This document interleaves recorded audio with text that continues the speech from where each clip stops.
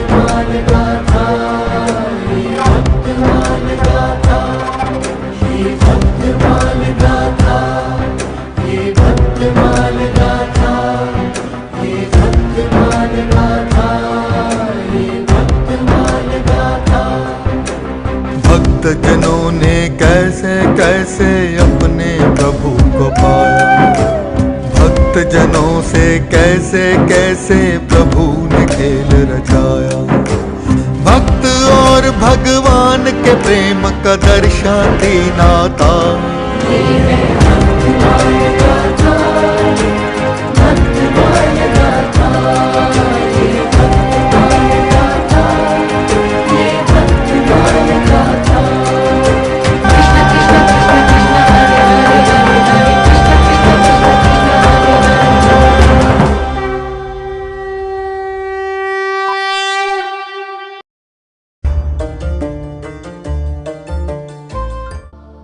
ये फल खा लो। माँ, आपने भी खाया? मैंने खा लिया पुत्र, तुम खा लो। तुम यहीं बैठना, मैं तुम्हारे लिए जल लेकर आती हूँ। ठीक है माँ। इतनी देर हो गई, माँ अभी तक क्यों नहीं आई? माँ, आप कहाँ हैं माँ?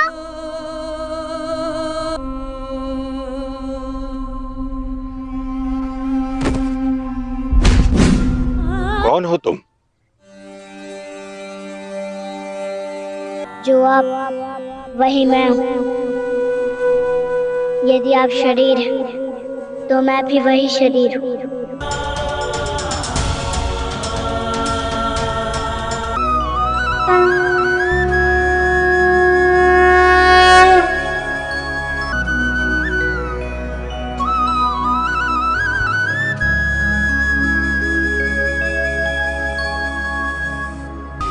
गुरुदेव, ये तो मेरी ही माँ है।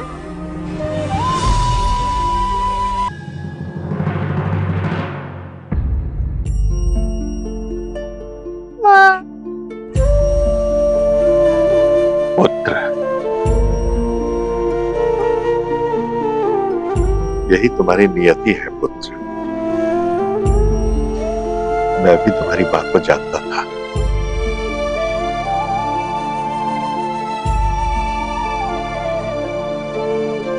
किंतु आप मेरी माँ को कैसे जानते हैं गुरुदेव?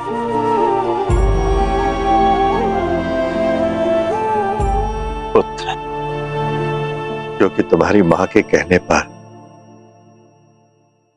मैंने तुम्हारे पिता का अंतिम संस्कार किया था। मेरे पिता?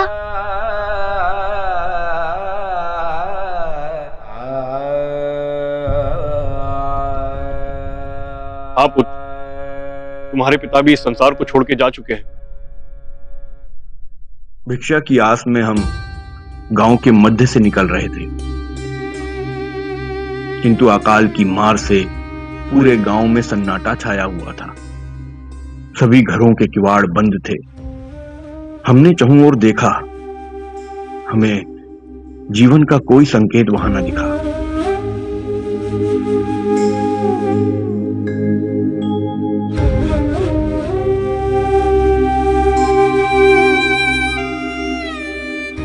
दक्षिण के इस क्षेत्र में तो घोर अकाल का प्रकोप लगता है किलदेव जी। आप सत्य कह रहे हैं, कदाचित इसलिए इस ग्राम में कोई दिखाई नहीं दे रहा है। संभव है ग्रामवासी स्थान को छोड़कर अन्यत्र कहीं चले गए हैं।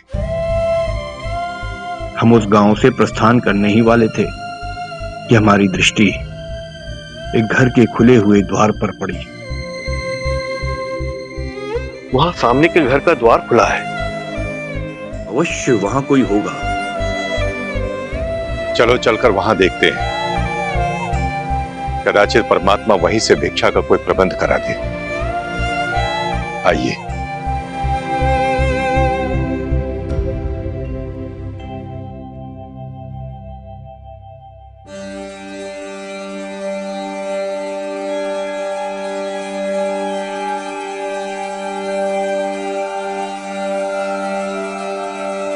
आप दोनों संतों को मेरा प्रणाम।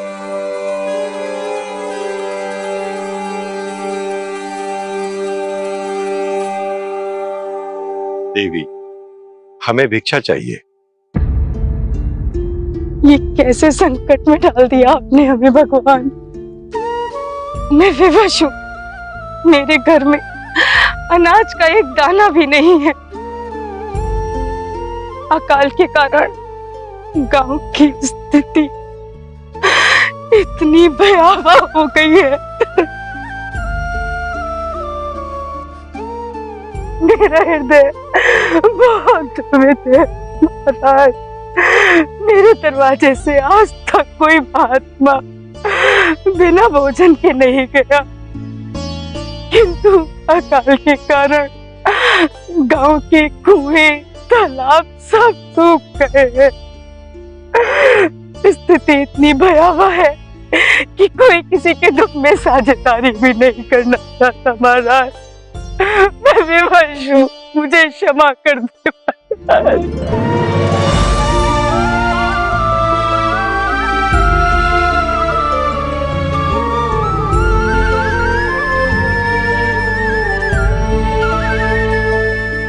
उठिए देवी।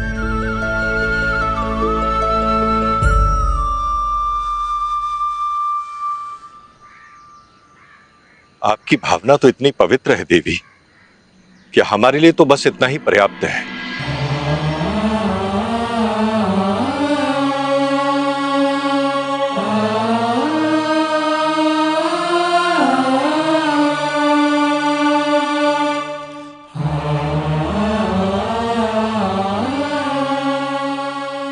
ये हमारे पास थोड़ा सा अनाज है, आप रख लीजिए, आपके काम आएगा।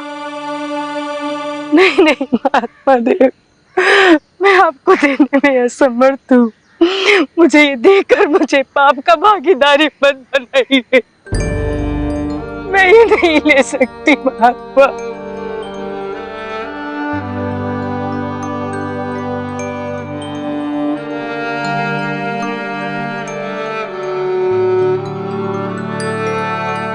देवी, आपको ऐसा कदापि नहीं सोचना चाहिए।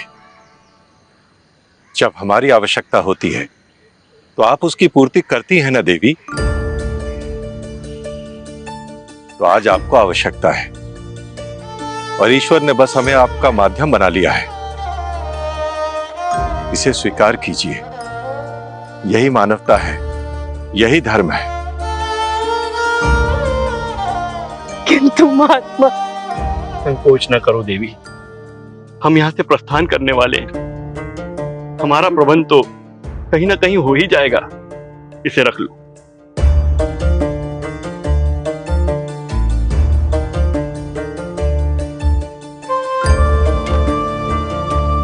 आपका बहुत बहुत आभार। कल्याण हो। उस घर में मिली अकाल पीड़ित महिला को जो कुछ भी हमारे पास था देने के बाद हम आगे बढ़ गए। हम थोड़े ही दूर गए थे कि हमने अपने पति की मृत्यु से व्यथित तुम्हारी मां को देखा, जो उनकी चिता पर विलाप कर रही थी। पुत्री, तुम्हारे पति का अंतिम संस्कार हम करेंगे।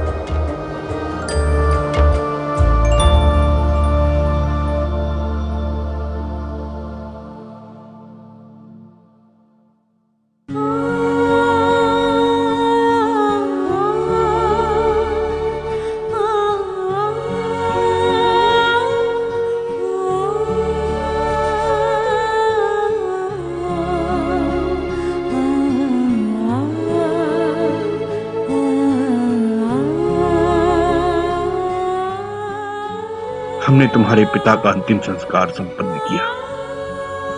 गांव से निकलने के उपरांत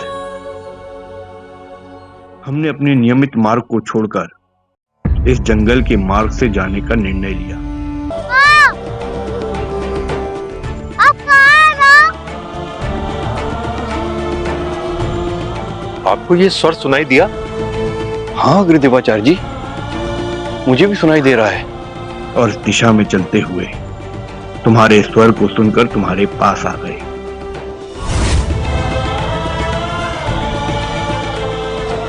कौन हो तुम?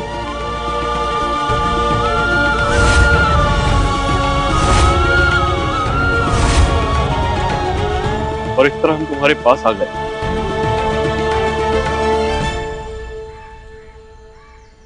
नाभा, अवश्य ही सृष्टि ने तुम्हें किसी महान कार्य के लिए भेजा है पुत्र, और इसीलिए जंगल के मध्य में परमात्मा ने हमें इस ओर आने का संकेत दिया था।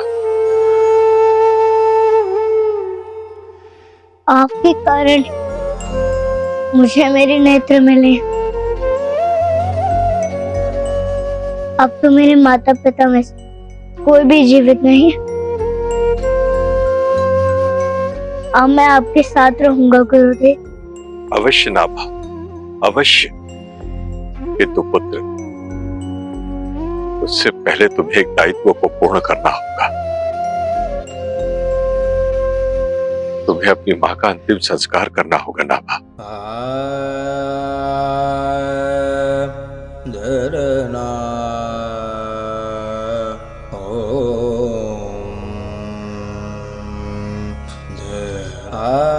गुरुदेव, मेरी आयु तो बहुत छोटी है, मैं यह कैसे कर पाऊंगा? विधि विधान हम करवाएंगे। तुम अपनी माँ को मुखाग्नि देना, यही पुत्र का धर्म है। जी गुरुदेव।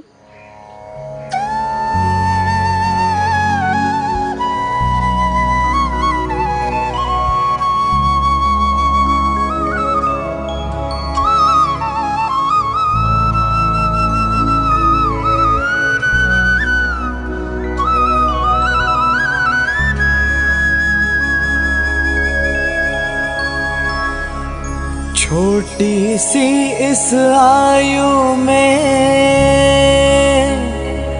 मन पर कितना भार,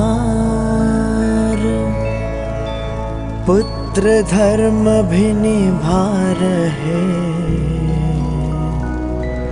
जीवन का ये सार। मात पिता भी चले गए, छूट गया घर द्वार। अब तो दोनों गुरु है केवल, नाभा का परिवार।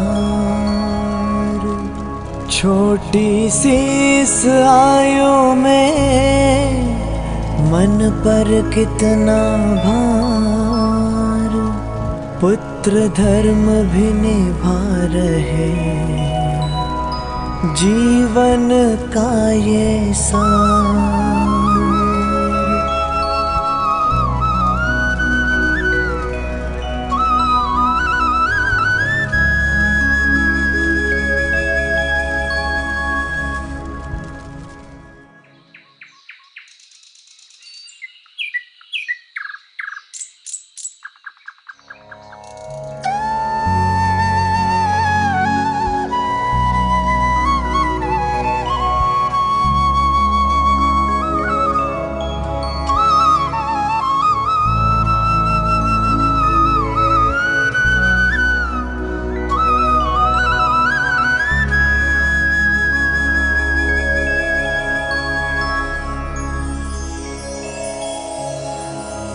बालक नाभा ने किया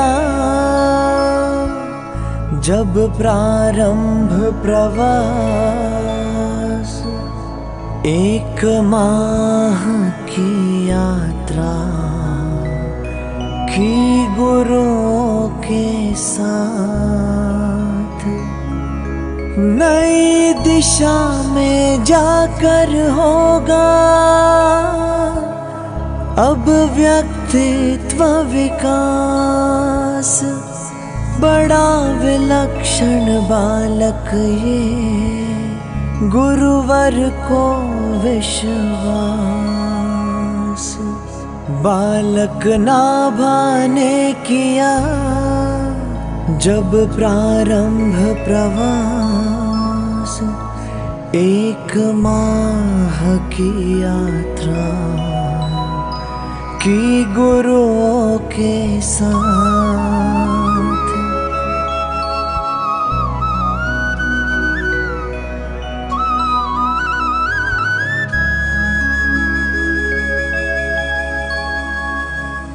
कल्याण हो।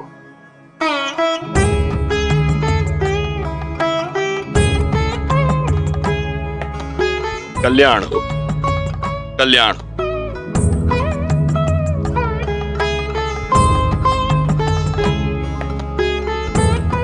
गुरुदेव, यहाँ पे तो सभी लोग कार्य कर रहे हैं। हाँ नाभा, ये सभी लोग गुरु सेवा के लिए प्रतिबद्ध हैं और इसीलिए आश्रम में रहकर अपने अपने दायित्व का निर्वाह कर रहे हैं। तो इसमें मेरा क्या दायित्व होगा गुरुदेव? तुम्हारा दायित्व तुम्हारी आयु के अनुसार ही होगा ना भा। अभी तुम लंबी यात्रा करके आए हो, विश्राम कर लो। कल प्रातःकाल हम तुम्हें तुम्हारे समस्त दायित्व समझाएंगे। चरणदास, जाओ ना भा, ये तुम्हारे गुरु भाई हैं, इनके साथ चले जाओ। ये तुम्हें भोजन करा के विश्राम का प्रबंध भी कर देंगे। जाओ पुत्र।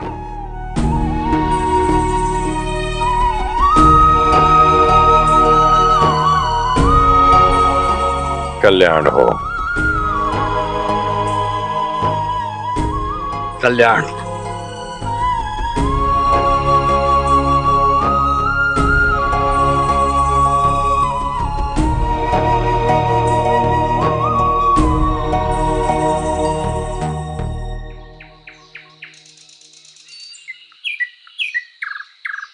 कल्याण हो। कल्याण हो। कल्याण हो।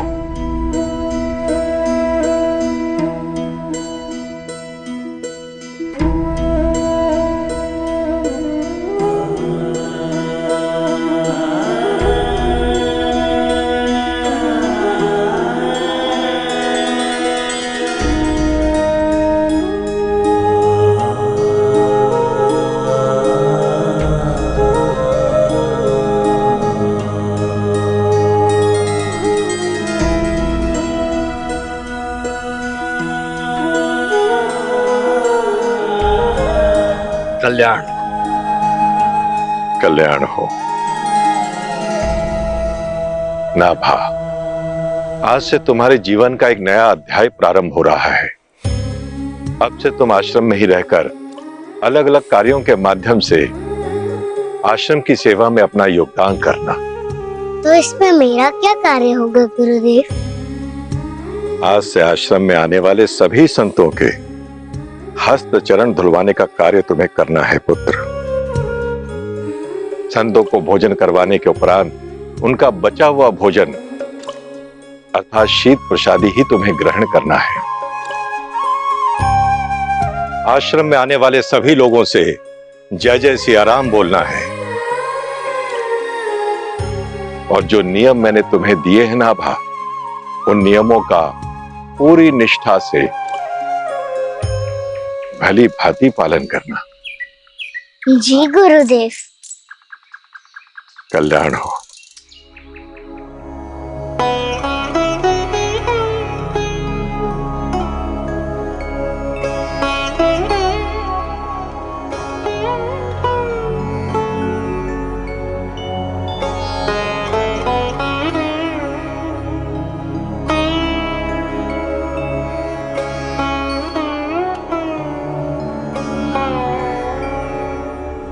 ईश्वर की भक्ति करना है, नाभा का है कर्म यही। अल्प आयु में ज्ञान मिला ये, जीवन का है धर्म यही। संतों की सेवा करने का अब दायित्व निभाना है। भजन से ही होता है सब कुछ, है मुक्ति मार्ग का मर्म यही।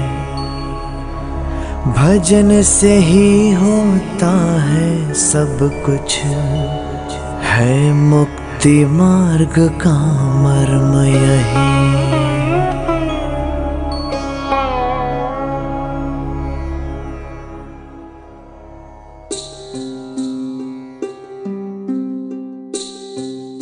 नाभा, अब तुम्हें भी निद्रा आ रही होगी पुत्र। जाओ, जाकर विश्राम करो। नहीं गुरुदेव, आप सो जाइए। मुझे तो आपकी सेवा से ही सुख मिलता है।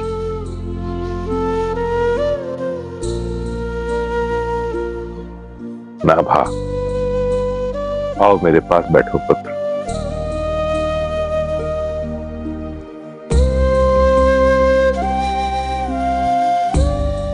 नाभा, तुम्हारी श्रद्धा और तुम्हारी निष्ठा से मैं बहुत प्रसन्न हूं, और इसलिए आज मैं तुम्हें एक मर्म की बात बताना चाहता हूं। मेरे पास यहाँ इस आश्रम में कई व्यक्ति ईश्वर की भक्ति के लिए आते हैं, परंतु मैं कभी उन्हें विशेष ध्यान करने के लिए नहीं कहता।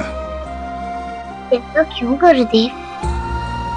इस प्रश्न का उत्तर जानने से पहले तुम्हें वो ज्ञान प्राप्त कर लेना आवश्यक है पुत्र, जो प्रकृति से हमें मिला है। प्रकृति में प्रमुख रूप से 3 गुण होते हैं: तमोगुण, रजोगुण और सतोगुण। इन तीनों ही गुणों का मनुष्य के व्यक्तित्व पर प्रभाव पड़ता है नाभा। अब जैसे तमोगुण वाले व्यक्ति को नींद बहुत अधिक आती है, मन प्राय खराब सा रहता है, सुख और भोग विलास की इच्छा बनी रहती है। इसलिए तमोगुण प्रधान व्यक्ति को कभी ध्यान अधिक नहीं करना चाहिए।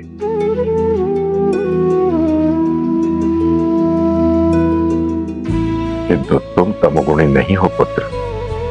तो फिर मेरे अंदर कौन सा गुण है गुरुदेव? मैं तुम्हारे अंतर्मन में देख सकता हूं नाभा। तुम्हारे भीतर भक्ति की शक्ति है। तुम तमोगुणी नहीं हो, किंतु तुम्हारे अंदर रजोगुण का प्रभाव अविशेष है। रजोगुण समाप्त करने के लिए सेवा करनी चाहिए। सच्ची निष्ठा से संतों की सेवा करने से मन में सत्व का भाव जाग उठता है और धीरे धीरे मनुष्य सद्गुणी हो जाता है। तब तो मैं सदैव संतों की सेवा करूंगा गुरुदेव। इसका तो बहुत बड़ा फल प्राप्त होता है नाभा। जानते हो, श्रीमद् भगवद गीता में भगवान श्री कृष्ण ने स्वयं अपने श्रीमुख से कहा है कि मेरे संतों और मेरे भक्तों की सेवा करने से मेरी भक्ति से भी कहीं अधिक फलदायी है। संतों की सेवा करने से साधकों को उनकी भक्ति का 6वां हिस्सा सहज ही प्राप्त हो जाता है। संत सेवा से भगवान बहुत प्रसन्न हो जाते हैं नाभा, क्योंकि संत तो स्वयं ही चलते फिरते मंदिर स्वरूप है। संपूर्ण जीवन ईश्वर की ही भक्ति में लीन रहते हैं। अब तुम विश्राम करो नाभा। कल प्रातः तुम्हारा विधिवत आश्रम में प्रवेश होगा और तुम्हारे समस्त संस्कार संपन्न होंगे। जी गुरुदेव।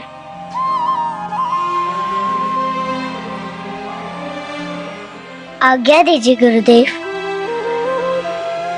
कल्याण हो, सदा प्रसन्न रहो।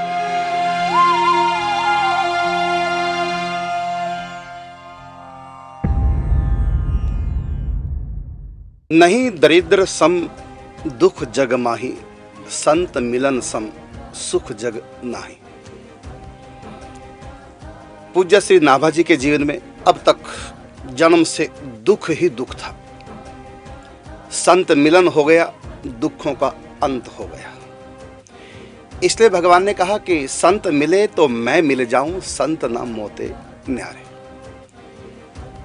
यहाँ पर बड़े सावधानी के साथ समझने की आवश्यकता है। प्रथम उपदेश जो अपने शिष्य को किया श्री अग्रदेवाचार्य जी ने, वो समझने की बात है। प्रकृति के 3 गुण हैं, प्रत्येक व्यक्ति में तीनों गुण होते हैं।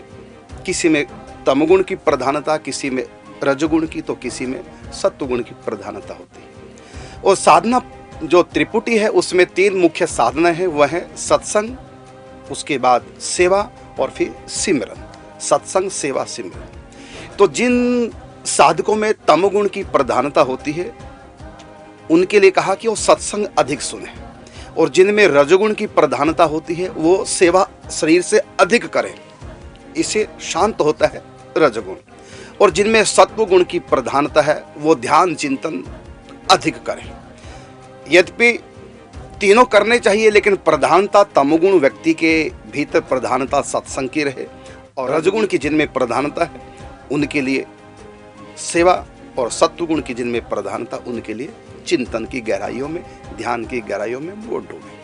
और नवदा भक्ति के अंतर्गत भी यही क्रम बताया गया। प्रथम भगति संतन कर संगा, दूसरी रतिमम कथा प्रसंगा। मतलब कथा सुनो और उसके बाद गुरु पद पंकज सेवा, अर्थात उसके बाद फिर सेवा करो, और फिर उसके बाद क्या कहा, मंत्र जाप मम दृढ़ विश्वासा, अब सिमरन करो।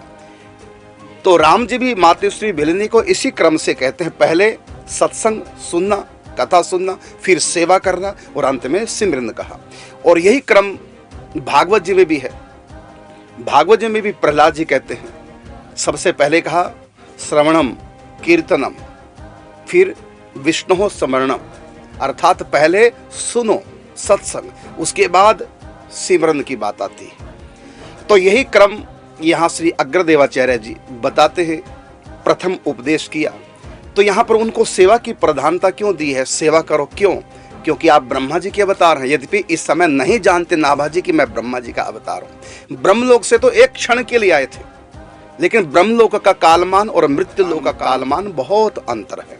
तो वहाँ का एक त्रुटि का समय यहाँ के 100 साल बीत जाते हैं। तो वहाँ तो ब्रह्मा जी एक पलक झपकते ही बस इतनी देर के लिए इस धरती पे आए, लेकिन तब तक यहाँ 60-70 साल बीत गए थे।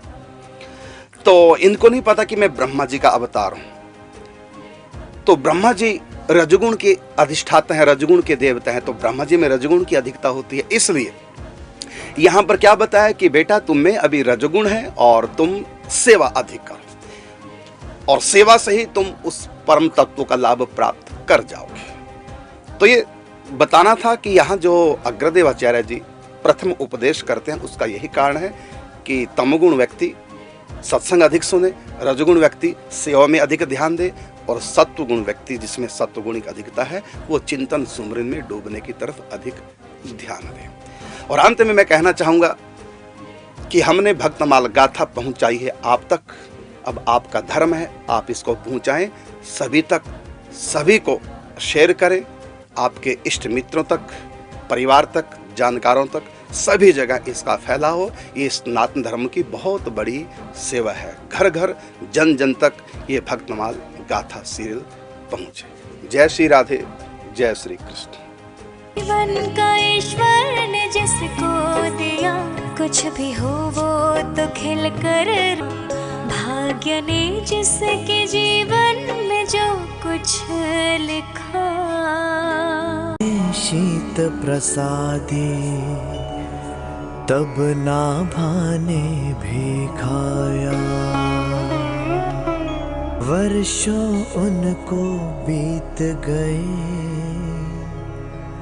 लगन लगी सेवा की ऐसी, बढ़ी आयु जैसे जैसे, लगन लगी।